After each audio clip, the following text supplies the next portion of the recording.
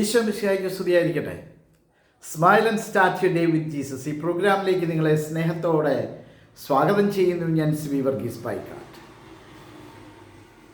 കത്തോലിക്ക സഭയുടെ യുവജന മതബോധന ഗ്രന്ഥം അതിൻ്റെ 6ാമത്തെ ചോദ്യം അതിൻ്റെ ഉത്തരവുമായിട്ടാണ് ഞാൻ ഇന്ന് നിങ്ങളുടെ കൂടെ ആയിരിക്കുന്നത്. കഴിഞ്ഞ ദിവസങ്ങളിലൊക്കെ നാം ഓരോരോ ചോദ്യങ്ങൾ 5 ചോദ്യങ്ങൾ പിന്നിട്ടു. അതിൻ്റെ ഉത്തരവും നമ്മൾ കണ്ടെത്തി. അവസാനത്തെ ചോദ്യം വളരെ ഇമ്പോർട്ടൻ്റ് ആയിരുന്നു.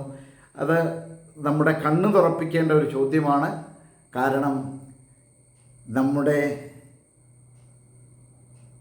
ബുദ്ധിക്ക്, യുക്തിക്ക് ദൈവത്തെ അറിയാൻ കഴിയുമായിരുന്നിട്ടും എന്തുകൊണ്ട് നിഷേധിക്കുന്നു? നമുക്ക് നമ്മുടെ ജീവിതശൈലി മാറ്റേണ്ടി വരും. വളരെ സിമ്പിളാണ്. ദൈവത്തെ അറിഞ്ഞു കഴിഞ്ഞാൽ നമ്മൾ പഴയ മനുഷ്യരല്ല, പുതിയ ജീവിതത്തിലേക്ക് നാം കടക്കേണ്ടി വരും. അതൊക്കെ കൊണ്ടാണ് സ്വാർത്ഥത, ഈ ലോകത്തോടുള്ള ഒരു മമത, അതൊക്കെ കൊണ്ടാണ് നമുക്ക് ദൈവത്തെക്കുറിച്ച് അറിയാനായിട്ട് നമുക്ക് ആഗ്രഹമില്ലാത്തത്. തീർച്ചയായിട്ടും അതിൽ നിന്ന് മാറി നിൽക്കേണ്ട ഒരു ആവശ്യകത ഇന്നിൻ്റെ കാലഘട്ടത്തിൽ വളരെയാണ്. 6ാമത്തെ ചോദ്യത്തിലേക്ക് നാം കടക്കുമ്പോൾ ചോദ്യം ഇതാണ്: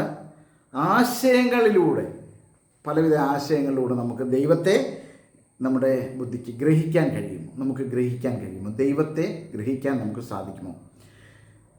ആശയങ്ങളിൽ ദൈവത്തെ ഗ്രഹിക്കാൻ നമുക്ക് കഴിയുമോ? അവിടുത്തെക്കുറിച്ച് അർത്ഥപൂർണമായി പറയാനാവുമോ? ദൈവത്തെക്കുറിച്ച് ഒരു പൂർണ്ണതയിൽ നമുക്ക് പറയാനായിട്ട് സാധിക്കും. നമുക്കറിയാം, നമ്മൾ ലിമിറ്റേഷൻസ് ഉള്ളവരാണ്. നമ്മൾ ഒരുപാട് ലിമിറ്റഡാണ്, പരിമിതരാണ്. അപ്പോൾ എങ്ങനെ നമുക്ക് പൂർണ്ണനായ ദൈവത്തെ, അഗ്രാഹ്യനായ ദൈവത്തെ നമുക്ക് എങ്ങനെ നമ്മുടെ പരിമിതമായ അറിവ് വെച്ചുകൊണ്ട് പറയാനായിട്ടും സാധിക്കും? ഏതെങ്കിലും ഒരു ആശയപൂർണ്ണമായി നമുക്കെടുത്ത് ആ ദൈവത്തെ പറഞ്ഞ് മനസ്സിലാക്കി കൊടുക്കാൻ സാധിക്കുമെങ്കിലും പക്ഷെ പൂർണ്ണതയോടെ നമുക്കത് പറഞ്ഞ് മനസ്സിലാക്കി കൊടുക്കാനായിട്ട് സാധിക്കില്ല. പറയുകയാണ്, മനുഷ്യരായ നമ്മൾ പരിമിതരാണ്. ദൈവത്തിൻ്റെ അനന്തമഹത്വം പരിമിതമായ മാനുഷിക ആശയങ്ങളിൽ ഒതുങ്ങുന്നില്ല. വളരെ ശരിയാണ്. മനുഷ്യരായ നമ്മൾ പരിമിതരാണ്. ദൈവത്തിൻ്റെ അനന്തമഹത്വം പരിമിതമായ മാനുഷിക ആശയങ്ങളിൽ ഒതുങ്ങുന്നില്ല. എന്നാലും ദൈവത്തെപ്പറ്റി ശരിയായി പറയാനായിട്ട് നമുക്ക് സാധിക്കും. ഒരു പരിധിവരെ നമുക്ക് മനസ്സിലാക്കി കൊടുക്കാനായിട്ട് സാധിക്കും. അതാണ് പറയുന്നത്, although we men are limited and infinite greatness of God, and the infinite greatness of God never fits into finite human concepts. The question is, can we grasp God at all in concepts? Can we grasp God at all in concepts? Is it possible to speak about Him meaningfully? Although we men are limited and the infinite greatness of God never fits into our finite human concepts, we can nevertheless speak rightly about God. ഒരു പരിധിവരെ നമുക്ക് മനസ്സിലാക്കി കൊടുക്കാനായിട്ട് സാധിക്കും. കുറേ ആശയങ്ങളൊക്കെ നിരത്തി, ഇതാണ് ദൈവത്തിൻ്റെ സ്വഭാവം, ഇതാണ് ദൈവം, മക്കളെ മനസ്സിലാക്കണമെന്നൊക്കെ പറഞ്ഞ് മനസ്സിലാക്കി കൊടുക്കാൻ. എന്നല്ല അതിൻ്റെ പൂർണ്ണതയിൽ നമ്മുടെ ഈ പറഞ്ഞ് മനസ്സിലാക്കാൻ കൊടുക്കാൻ സാധിക്കാത്തതിൻ്റെ കാരണം നമ്മുടെ പരിമിതമായ നമ്മുടെ ബുദ്ധിയും നമ്മുടെ അറിവുമാണ്. സങ്കീർത്തന പുസ്തകം 139 അധ്യായം വളരെ മനോഹരമായ ഒരു സങ്കീർത്തനമാണ്. അത് ഒരു ഏറെയുണ്ട്. ഏകദേശം 24 വാക്യങ്ങൾ അടങ്ങുന്ന അതിൻ്റെ കുറച്ച് ഭാഗം മാത്രം ഞാൻ കർത്താവെ അവിടുന്ന് എന്നെ പരിശോധിച്ചറിഞ്ഞിരിക്കുന്നു. ഇതുമായി ബന്ധപ്പെട്ടതാണ്. കർത്താവെ അവിടുന്ന് തന്നെ, അതായത് എന്നെ അറിയാൻ, എന്നെ മനസ്സിലാക്കാനായിട്ട് എൻ്റെ സഹപ്രവർത്തകർക്കോ എൻ്റെ കുടുംബത്തിലുള്ളവർക്കോ എൻ്റെ ഏറ്റവും അടുത്ത ആൾ, എൻ്റെ ജീവിത പങ്കാളിക്ക് പോലും എന്നെ ഉള്ളതുപോലെ മനസ്സിലാക്കാൻ സാധിച്ചില്ലെങ്കിലും നമ്മുടെ ദൈവമായ കർത്താവിന് നമ്മെ സൃഷ്ടിച്ച കർത്താവ് നമ്മളെ ശരിക്കും അറിയാം.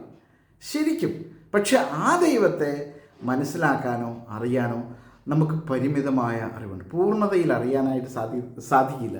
പറയുന്ന ഇതാണ്, കർത്താവെ അവിടുന്ന് എന്നെ പരിശോധിച്ചറിഞ്ഞിരിക്കുന്നു.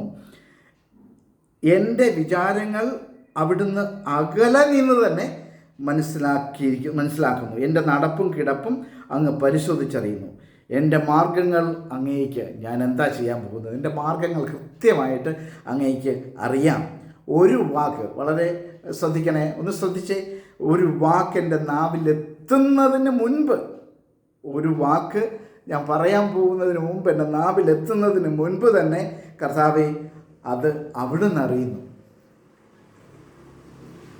മുൻപിലും പിൻപിലും അവിടുന്ന് എനിക്ക് കാവൽ നിൽക്കുന്നു.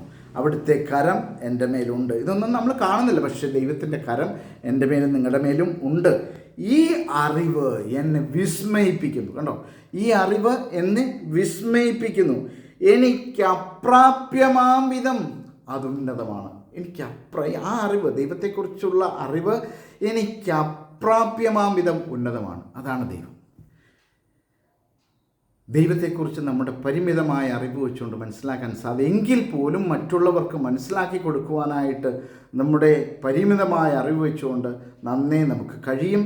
നമുക്ക് ശ്രമിക്കാം മറ്റുള്ളവരിലേക്ക് ദൈവത്തെ പറഞ്ഞു കൊടുക്കാൻ. ഏറ്റവും പ്രധാനമായിട്ട് നമ്മുടെ ജീവിതത്തെ ക്രമീകരിക്കേണ്ടത് അങ്ങനെയാണ്. ലോക കാര്യങ്ങളിലല്ല നമ്മുടെ ശ്രദ്ധ നേടിയെടുക്കേണ്ടത്. അതാവശ്യമാണ്, അത് വരും. പക്ഷേ അതിനപ്പുറമായിട്ട് ദൈവത്തെ അറിയാനും ദൈവത്തോട് ചേർന്നിരിക്കാനും നമുക്ക് സാധിക്കണം.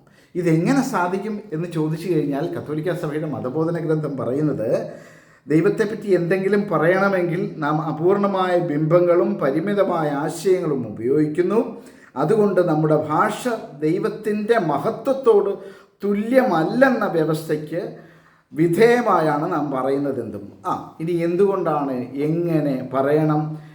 അതിനാൽ ദൈവത്തെക്കുറിച്ചുള്ള ഭാഷ സ്ഥിരം വിശുദ്ധമാക്കുകയും വളർത്തുകയും വേണം. അപ്പം നമ്മളിൽ കൂടുതൽ വിശുദ്ധി നിറഞ്ഞാൽ മാത്രമേ ഇത് മറ്റുള്ളവർക്ക് പകർന്നു കൊടുക്കാനായിട്ട് സാധിക്കുകയുള്ളൂ. കൂടുതൽ വിശുദ്ധരായി ജീവിക്കാനായിട്ട് നമുക്ക് ആഗ്രഹിക്കാം.